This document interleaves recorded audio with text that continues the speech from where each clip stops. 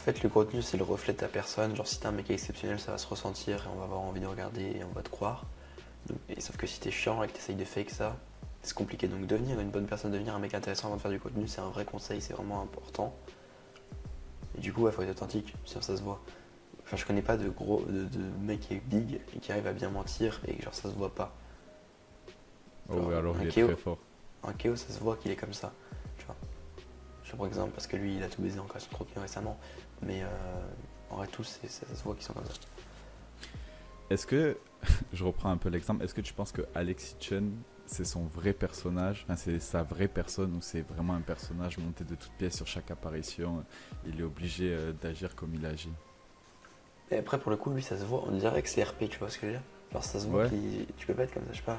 C'est vrai que c'est forcé. Et après, en fait, les témoignages qu'il y a en off de gens qui parlent du bon, notamment, je sais pas si t'as vu Alexis Mouly qui parle de lui, qui dit qu'il consulte, je crois que c'est son père ou je sais pas qui avant chaque décision, comme un enfant, etc. Il se fait un peu vanner sur ça. Ben, ça peut montrer que c'est pas cette personne-là qu'il est. Après, je connais pas le personnage, tu vois. Certains que j'ai rencontrés, je peux te dire que Hamza, Mika, par exemple, pour les avoir rencontrés, c'est des gars qui sont vraiment comme ça dans la vraie vie, qui sont vraiment hyper chill, hyper gentils. Un peu taré pour Hamza, entre guillemets, c'est une expression, mais tu vois ce que je veux dire, qui est énergique de fou. Donc, ouais, je les connais, je pourrais te dire, Alex, je sais pas. ok.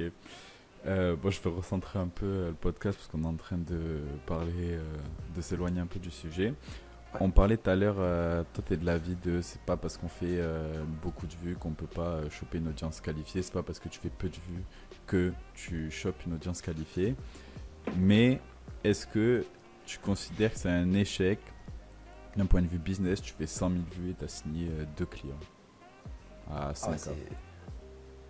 c'est pas un échec vu que t'as fait de l'oseille, mais c'est con. Genre, soit qu'il y a un problème de conversion derrière, le tunnel est mauvais, soit que le sujet n'est pas en rapport avec ton offre derrière. Après, c'est une bonne vidéo de top of funnel, ça te fait découvrir, tu peux rediriger vers d'autres, mais c'est bizarre entre guillemets comme ça, tu vois. Genre, il y a quelque chose qui cloche. Ouais, mais est-ce que tu penses que des fois il vaut mieux pas sacrifier un peu de conversion pour Oui, augmenter ses stats, son notoriété, sa crédibilité, sa personal oui, brand, oui, quitte à sortir un peu totalement. du cadre? Ah si, totalement d'accord. C'est pour ça que même les mecs qui font des contenus Insta qui leur rapportent des abonnés, ça a du sens. Genre juste des abonnés, des gens qui vont regarder, qui vont être un peu passifs, qui vont pas forcément répondre aux séquences de story et tout, ça fait quand même sens parce que avoir 80 000 vrais abonnés, si tu viens en setting, tu me dis mec 80 000 abonnés, je vais te répondre par autorité pure. Euh, et que je t'ai déjà vu dans mon feed sûrement, logiquement. Donc si ça fait sens quand même. Maintenant faut pas faire que ça parce que du coup sinon t'as pas la meilleure conversion possible. Mais non, c'est bien, mais moi c'est pour ça, faire une vidéo à 22 000 vues, elles ont pas autant converti que des vidéos à 1000 vues, c'est logique, faut être honnête. Ouais, carrément. Parce qu'après, ça peut devenir dangereux et comment tu arrives à faire en sorte qu'un podcast il soit plus ciblé pour la conversion plutôt que sur de la visibilité quand tu invites un invité qui n'a pas forcément la même cible que toi. Tu vois, quand tu as utilisé l'image de Michael, bon, aujourd'hui il change un peu, il va un peu dans le B2B, donc il s'élargit un petit peu, mais son image est quand même très reliée à une cible qui n'est pas du tout la tienne, Bien sûr. j'imagine. Bien sûr, il y a plein de jeunes qui ont regardé et tout et qui n'achèteront jamais chez moi, enfin du moins pas du tout pour l'instant à cet âge-là, etc.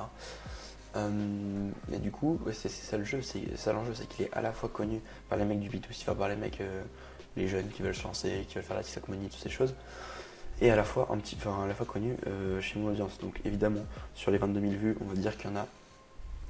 Allez, on va être honnête, on va dire qu'il y a 15 000 personnes, c'était genre des jeunes, des kids qui vont jamais acheter chez moi. Il y en a 6 000 qui ont déjà un business, ou alors qui sont en train de lancer leur offre, qui font un peu de contenu, toutes ces choses, qui eux potentiellement achèteront chez moi un jour.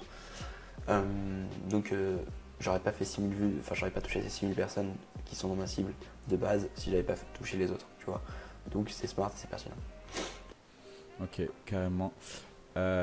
Si il y avait une chose que tu devais dire, moi j'aime bien être un peu clivant dans ce que je poste sur LinkedIn et Insta parce que je suis pas fan forcément de l'hypocrisie, notamment de LinkedIn. Je poste parce qu'il faut poster, mais j'aime pas spécialement le réseau. Mais si tu devais donner une vérité brutale à toutes les personnes, tous les entrepreneurs, que ça soit qui soient sur LinkedIn, etc. Si tu veux vraiment faire une vague et leur dire la vérité comme elle est, et qui veulent utiliser YouTube et Insta pour des clients, qu'est-ce que tu leur dirais? Si ton contenu ne marche pas, c'est pas que un problème de structure, de cadre, de tout ça. C'est que t'es chiant à mourir, que t'es pas forcément intéressant. Deviens une meilleure personnelle, meilleure personne profondément, genre deviens plus intéressant et tout, ça marchera mieux par automatisme. Autre question par rapport à ça, comment tu... Parce que c'est pas toujours évident, il y en a, ils sont un peu plus timides que d'autres, ils ont moins de facilité avec la création de contenu. Et ils peuvent montrer quelqu'un de super chiant sur leur contenu, alors que dans la vraie vie, ils sont hyper intéressants parce qu'ils ont peur soit de montrer leur personnalité, soit ils n'arrivent pas à montrer leur vraie personnalité à travers les contenus. Ou il faut ils sont juste chiants, mais... Non mais ça c'est sûr, il y a des formats qui vont plus te mettre en valeur que d'autres et c'est pour ça qu'il faut tester différentes choses. Moi j'ai vu qu'en discussion, donc podcast quoi, c'était plus simple pour moi. Genre j'ai l'impression de parler à un vrai humain, j'ai pas l'impression qu'il y ait des caméras et tout. Là où tu te poses devant un PC, à devoir parler à une putain de caméra, c'est pas humain, c'est pas logique entre guillemets.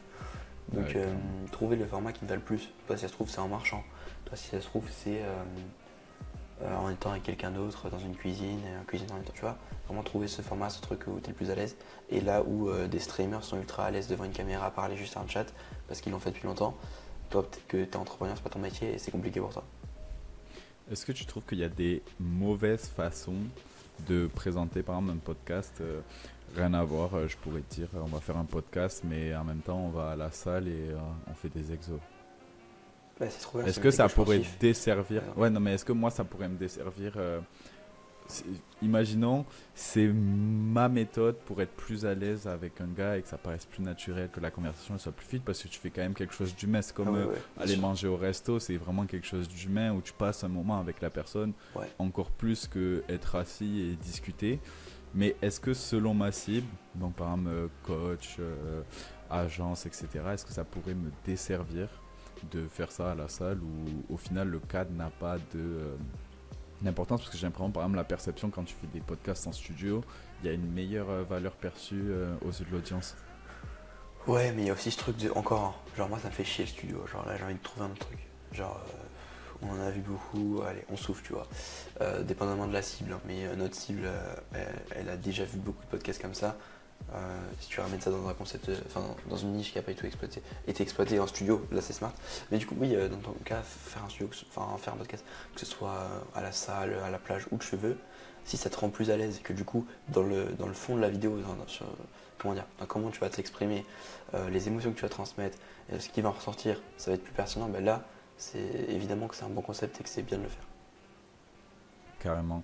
J'ai récemment avec des clients, j'accompagne corps et esprit depuis le début sur leur packaging notamment. En fait, on s'est rendu compte récemment que leur taux de clic il était en baisse, alors que c'est toujours la même DA, les titres ne sont pas spécialement changés, la minia, tu vois, c'est peut-être moins en forme, etc., moins de matière dans les épisodes. Mais on s'est rendu compte qu'en fait, ça venait principalement de la perception que les gens ont avant de cliquer sur la vidéo. Tu vois, c'était une vidéo, une miniature type podcast et c'était presque, tu te disais, encore un podcast de 2 heures, de mecs autour d'une table qui vont parler, quoi. Chiant. Ouais. Donc je pense que ça peut être un avantage justement de sortir un peu du cadre, peu importe ce que ça est, sur un canapé. Tu vois, c'est comme Lena Situation avec son podcast Couch, mine de rien.